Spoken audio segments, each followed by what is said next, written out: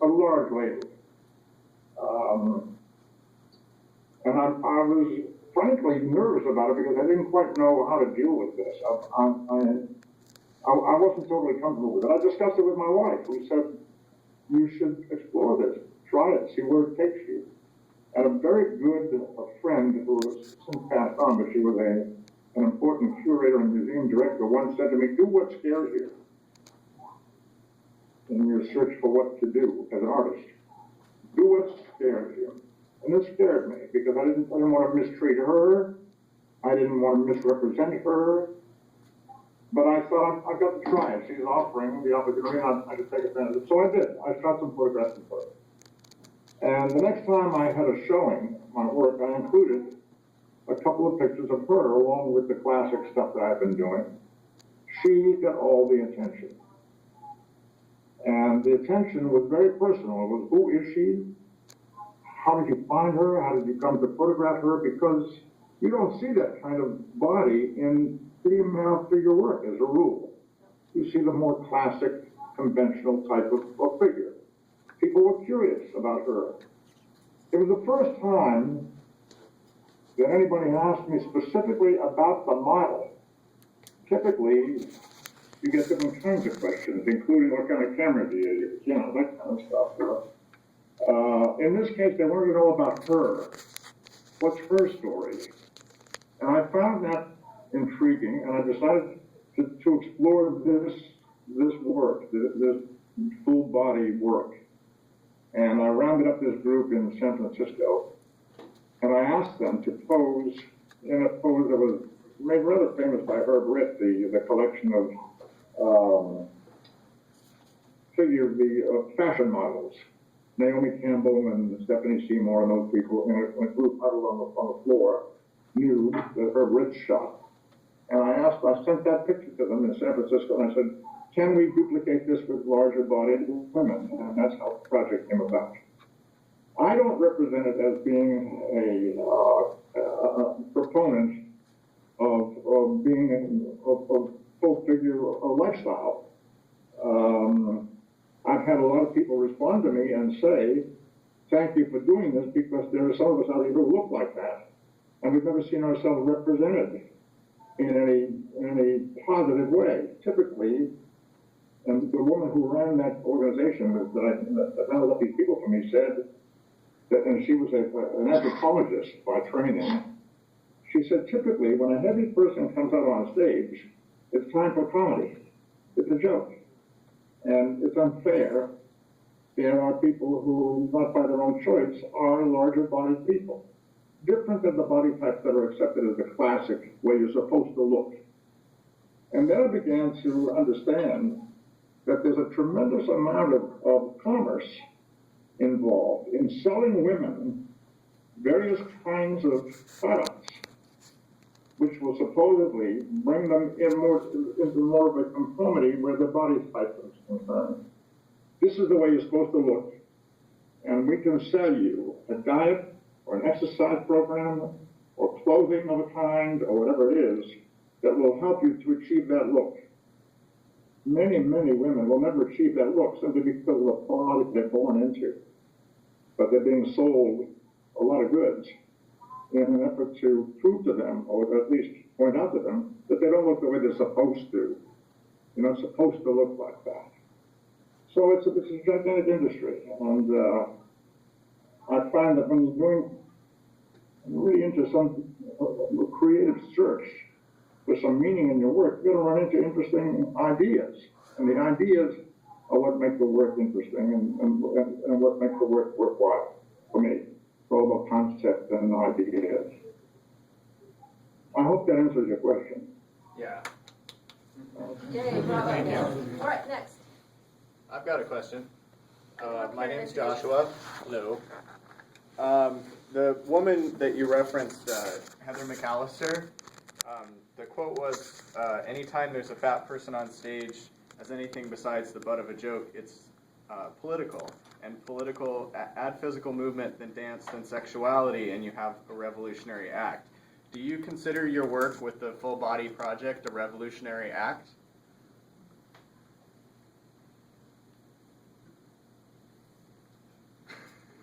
I don't know.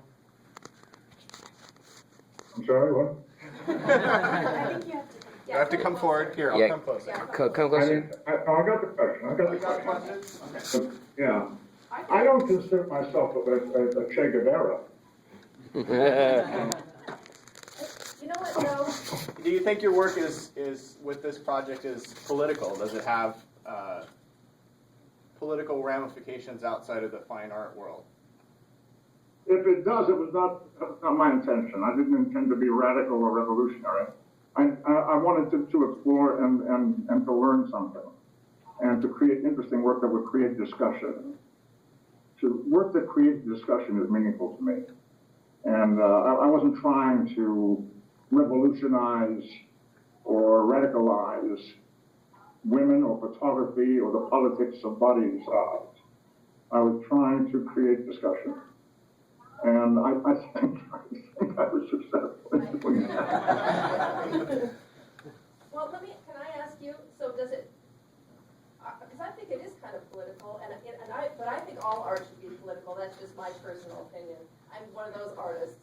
But I think it's wonderful. I mean, I think that it really, I think that opening up that discussion into other realms besides art and into the political just informs it all the more. I just think it's grand.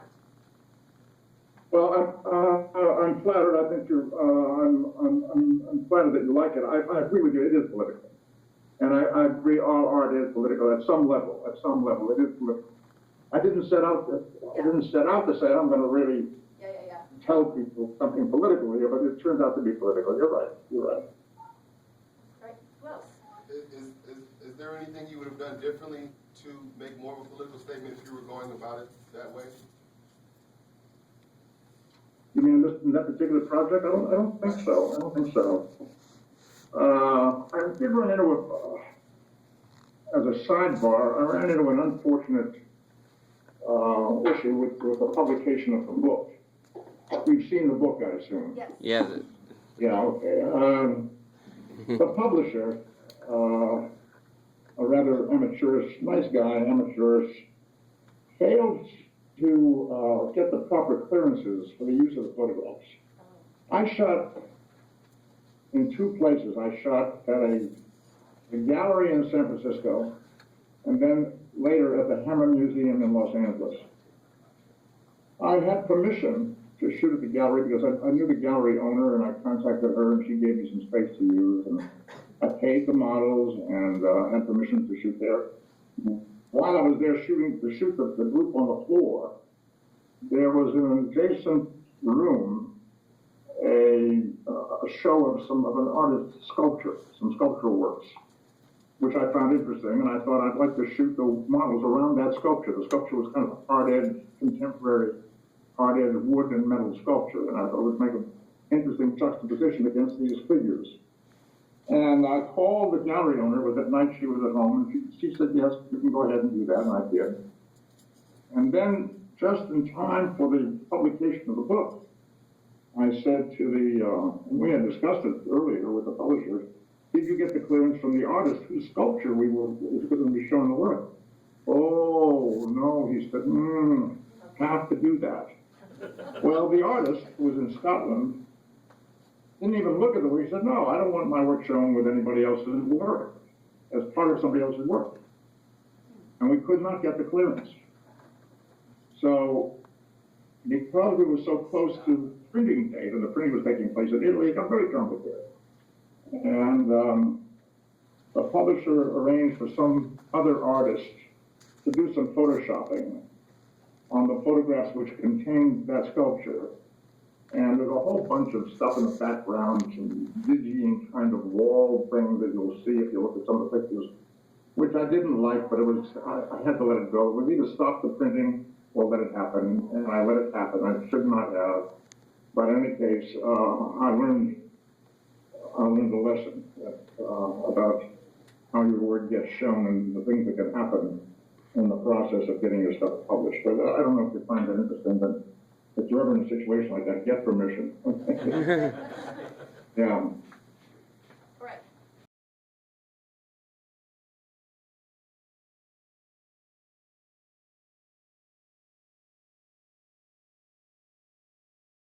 ask you, my name's Carolina. It's a pleasure to ask you this question. I wanted to ask you about your project. I'm not sure if I'm saying this right. Shekinah? Shekinah, yeah. Shekinah, yeah.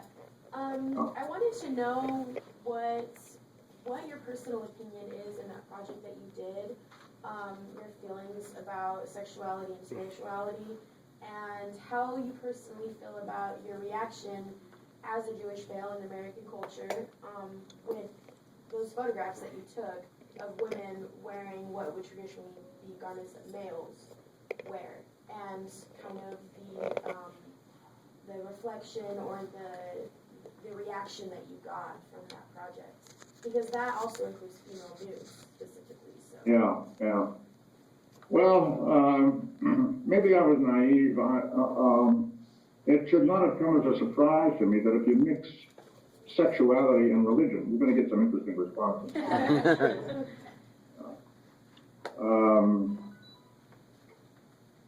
Again, I was being provocative, I guess. I was being provocative, searching for some ground on which to have a discussion, and I certainly got some discussion in that case. I had this extraordinary experience of being invited to present the work and talk about it at a Jewish Federation dinner in Seattle. And shortly before I was to go there and do that, I was contacted and told that they did not want me to show any of the nudes. I was going to show maybe about 30 images from that collection, from the Shekinah collection, and talk about them. And I said, that's fine, I don't have to. It's not about nudity, it's about sensuality and femininity. And I said, I can eliminate the nudes. There are only 3 or 4 nudes in the 30 or 40 images of them. There were a lot of sensuality, but only 3 or 4 full new images. So I said, I can eliminate those. Then they called back a few days later and said, they don't want you to show any of the pictures. And I said, I cannot come and do a talk about photography and not show the pictures. That's out of the question. Yeah. So we agreed to cancel the date. And the Seattle Times reporter somehow heard about it and ran a story about the fact that I was being canceled and in effect censored. I really understood the problem. The dinner was open to a wide range of Jewish levels of orthodoxy. There would be Reform Jews, there would be Conservative Jews, there would be Orthodox Jews. Yeah. And the Orthodox Jews in particular could be offended by what I was showing. And they were concerned. These people might get up and walk out, they might be unhappy, they might, there could be a negative result. I said, okay, it's okay, we can cancel. And then the next day, I got a phone call from the local Reform Temple rabbi who said, we would like to see the work, will you come and do it show it at our temple? And I said that I would. I came, well, I'm going to tell you the whole story because I think it's kind of interesting. I was invited to come, and I said, I don't want to compete with them. I don't do it on the night that they're doing their dinner, but he said, well, then come the next day. And I said, okay. So I arrived the next morning by plane. The rabbi met me, the Reform rabbi. And he said, you got your revenge last night. These were his words. You got your revenge last night. I said, how come? He said, they hired, what's his first name? He's now a senator from Minneapolis. Frankel? Don Frankel? Who became a senator. Al Franken? Al Franken, thank you. Al Franken to replace you. And Al Franken, the no shy guy, got up and treated the stories about bestiality, homosexuality, promiscuity of all kinds, and he ended by telling them a story that he said was one of his favorites that Buddy Hackett used to tell, and I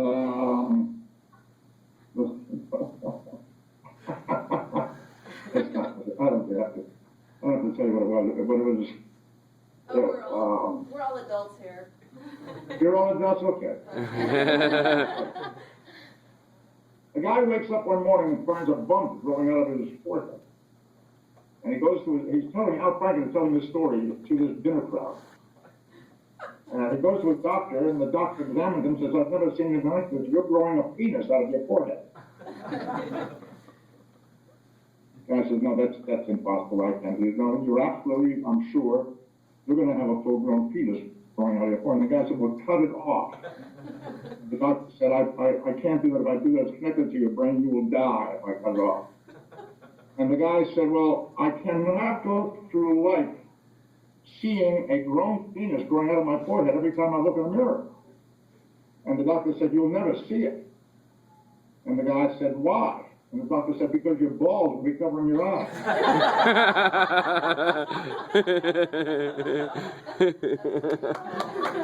Your balls will be covering your eyes. This proves the story that Al Franken told to an audience that did not want to see sexuality being a feminine aspect of God.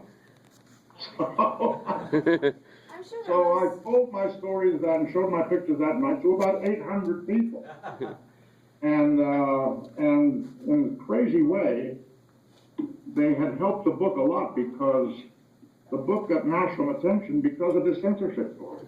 And it sold crazy. The first printing was gone in a matter of days. Best sales I've ever had on a photography book as a result of being shut out in Seattle. You know. Saturday Night Live did a sketch about it, about the fact that I had been censored in Seattle. Anyway, but the Shekhinah project was very close to my heart. It grew out of my experience as a kid in temple, Jewish synagogue, high holiday service, where there comes a moment in the service where the congregation is blessed by gentlemen who are known as the Kohanim. They're members of the priestly Hebrew tribe. And they get up to bless the congregation. And as a kid, 8, 9, 10 years old, I saw them doing this with this gesture with their hands. And my dad said to me, don't look. You're supposed to cover your eyes. And I see those congregations got their talit over their heads, or they've got their hands over their eyes. For the longest time, I didn't know why you're not supposed to look. I learned this is the shape of the letter Shin in the Hebrew alphabet. And the letter Shin is the first letter in the word Shaddai, which is one of God's names.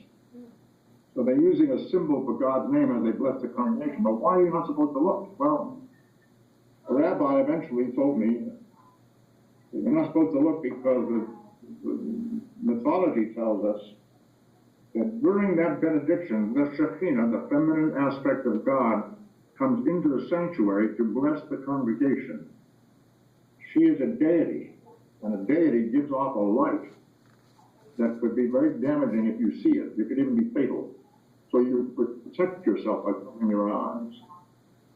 Well, when I heard that story, I thought that's all about light. It's all about sexuality. I'm interested in that. As a photographer, I'm interested in light. I'm interested in sensuality and sexuality. And I began to explore possibility of taking pictures of the Shekhinah, finding her in various ways and places. And that's how that project came about. I personally really like that project. I think it's very expressive. It's also, like you said, seems pretty controversy or a little risky, maybe in the religious aspect because it's got sexuality or femininity with it. But I think that the idea of a female god or the blessing of a female god, to me as a woman in this world, I find that very intriguing and just awesome to be able to want to understand that, especially personally for you and your religion and your form of growing up. It's just, I think it's awesome. I really like that project. Thank you. I would not want to be a woman in a society that constantly refers to God as he. Agreed. Yeah. Agreed. Simple. Yeah. All right, who's next? I had a question about the Shekhinah project. I noticed you had the Shin projected on some of the models.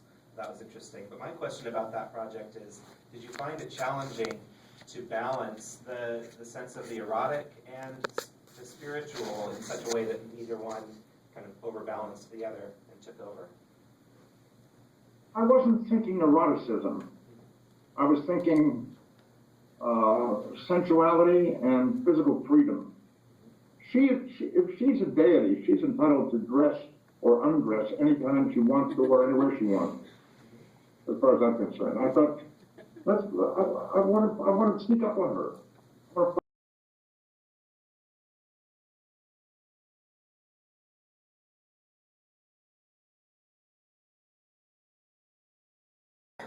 Exciting trip exploring the study of her. And if she wants to be clothed or unclothed or whatever a woman does, women that sometimes have their clothes off. So, I find that very attractive, and I'm not talking about eroticism, I'm talking about beauty. I'm talking about the human figure. I'm just attracted to that, and it was an intersection of some of my interests that came together in that project. Go ahead. Introduce yourself. How you doing? My name is Jeff, and I want to know do you think there's any negative effects that religions, especially the monolithic religions, might have on the concept of beauty? And if you do, what are they? On the concept of On the concept of beauty. beauty? Yeah. Well, I think that's a, yeah. I don't know. I have to give that a lot of thought. I don't know that before that. I'm not sure where that takes me. The concept of beauty amongst a variety of religions, I guess, And is that what you're asking? I don't know. especially women. No, I don't know. I haven't been in that territory. I don't know. Well, go ahead. I'm gonna get up here a little bit. All right. Hello, my name's Quinn. Hi. Hi. So first of all, we were talking earlier about what your intentions were with the Full Body Project. I'd like to say, despite whatever your intentions you might have had, the fact that it did open a discussion about it is, I think, the best thing an artist could ask for. We were discussing it before we talked to you, and I've discussed it with other people before, and just the fact that that exists is great. And so thank you for that. I wanted to ask you more about just like kind of personal styles when it comes to photography. I don't consider myself much of a photographer, but I know enough about it, and I've done it before. I know when I go out in the world and shoot whatever or anything I want, I find myself being much more drawn towards geometric shapes, particularly architecture, and things that are either occurring in nature or man-made, but they're usually not moving forms. You seem to have more of an attraction towards the human form, and it seems to be consistent throughout most of your work. What do you think it is that differs between us, where you're attracted to a live human form and I'm somehow more into the starch, just standstill shape? So just wanted to know what you thought. You and I are different people. That's true. I have a brother who has been interested in science all his life and is a MIT master's degree graduate chemical engineer. I couldn't care less about the chemical engineering. And he's had a great career, a very important career, and has been important to the companies that he's worked for, and produced some very important works. And I'm very proud of him for that, but I have no interest in the work. Sure. And he doesn't understand what I do. So we're just different people, and that's the way it should be. You have to bring to the work what moves you, what touches you, and what inspires you, and what leads you, what intrigues you. And if it's shapes and the cutting of space by a building, the way it cuts the space around it and so forth, and the way it leans or doesn't lean or stands erect, or the way it catches the light, those are the things that intrigue you. Sure. And that's great. That way we have to be different. But do you know what attracted you to the human form as a subject? I like it. Fair enough. Thank you.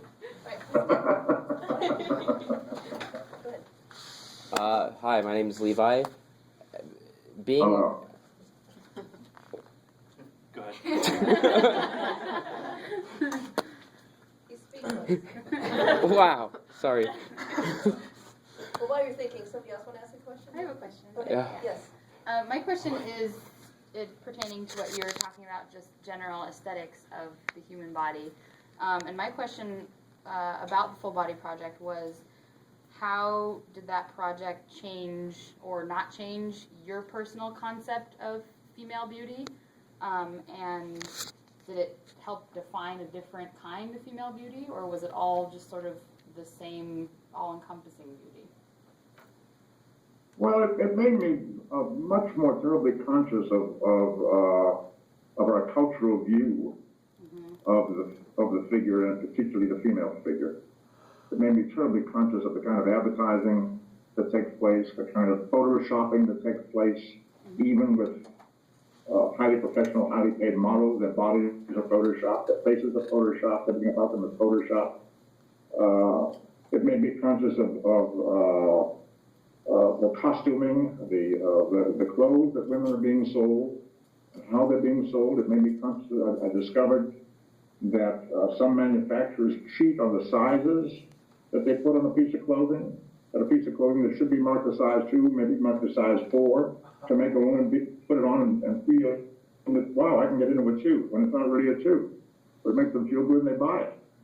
There are all kinds of subversive techniques aimed at selling people products that have to do with the way they tell you should look. So all of this is discovery to me. It's all discovery, and that's what makes it exciting. Okay, now I can actually ask my question because you actually touched on it. Being a classical film photographer, how do you feel the use of, other than what you've already said, how do you feel the use of Photoshop has affected the work of modern photographers, not just in the advertising industry, but even art photography, using Photoshop to touch up and change people to make them more of a commodity? Yeah, I'm not on a crusade about it by any means. I guess what I'm concerned about is authenticity. I want the work to be authentic. If I look at it, I want it to be authentic. If it is presented as a work of art that has been manipulated in some ways, that's fine. I don't have any argument with that. You can manipulate your picture if you want to. If you were doing a project on the work of Modigliani, for example, you might want to elongate your model's figures the way he did, to stretch the body the way he did in his painting. I don't know. You might want to do that and see what it looks like when it's done, and call it a work of art. It's not really. It ceases being a photographic process, but it's not, in a way, it's not a photograph anymore. It's a manipulation.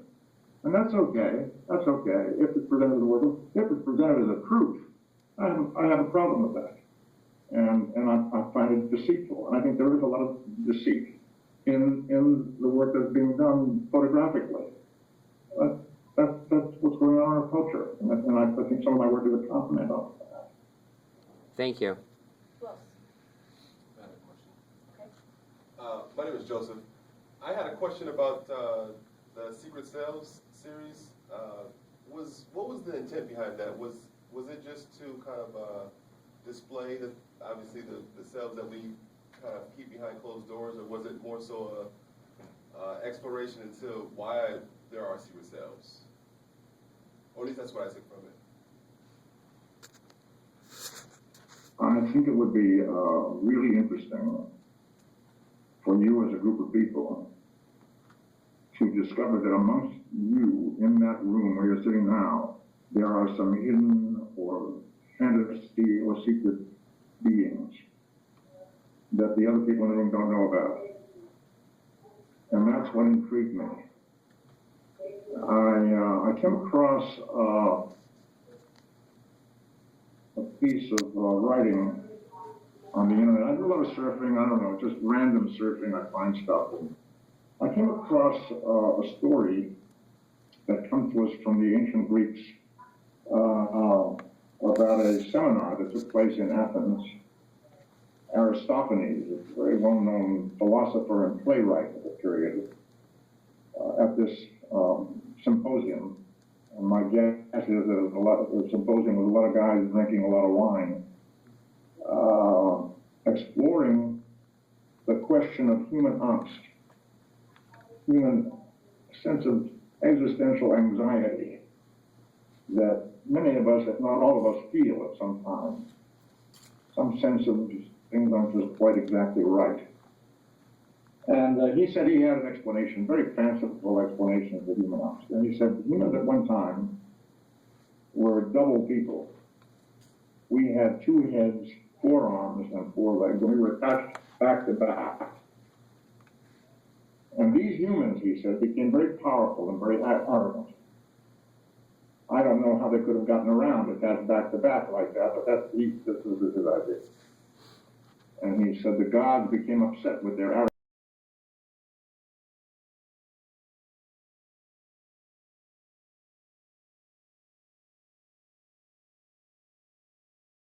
separating us from each other, from our other selves. So that what which 2 people became 2 separate people, and sent everybody on their own individual path.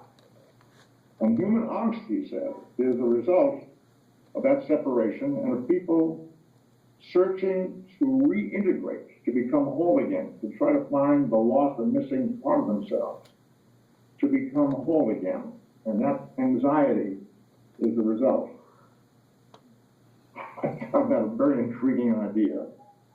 And I contacted my gallery in Massachusetts, a very energetic gallerist. I told him this story.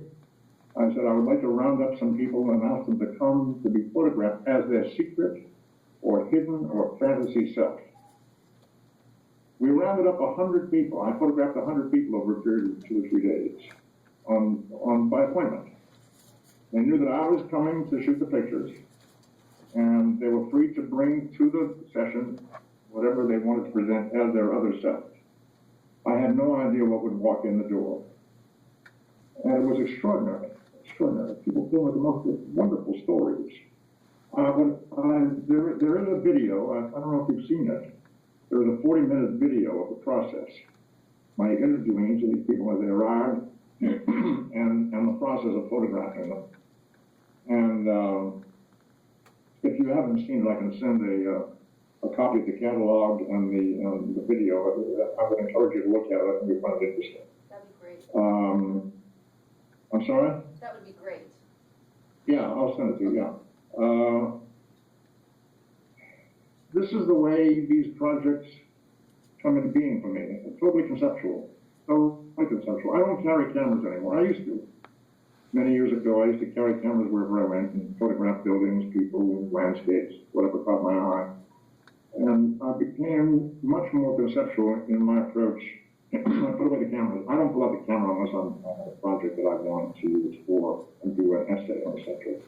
Then I go to work. I get the cameras and go to shoot on that subject. Conceptual photography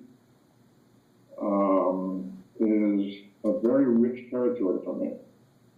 And thematic photography is another way of putting it. There has to be, for me, there has to be a reason for shooting these pictures. Why am I shooting these pictures? I have to know why I'm shooting these pictures. I was taught by a very profound photographer teacher at UCLA many years ago when I was considering changing careers. And he told us one day that if you're walking down the street, you have a camera in your hand fully loaded and ready to shoot, and you look up and you see a person falling. Someone has either jumped or has fallen out of the rooftop or a high window, and that body is falling. You don't shoot that picture unless the project that you're working on has to do with the effect of space on the human figure. If you shoot it just because it's happening, you're into photojournalism. And you can send that picture to the local newspaper and maybe get paid for it. But that's not conceptual photography anymore. That's happening stuff. Photojournalism. And I didn't want to do photojournalism. So I understood that had a big impact on me. And from then on, I stopped carrying cameras. And I went to get the cameras only when I had a concept that I was working on. Okay, who else? One. I have a question. Okay. My name's Sandy. Hello. I'm curious. I liked what you said about pursuing the full body project, or actually the first model, the first larger woman model, because of being told that you should always go after what you're afraid of. And so I have a kind of a two-part question. Do you feel that your fear anticipated that you had that? You know, are you comfortable now where you were uncomfortable to begin with? That's kind of the first part of the question. And the second part of the question is, what are you afraid of now?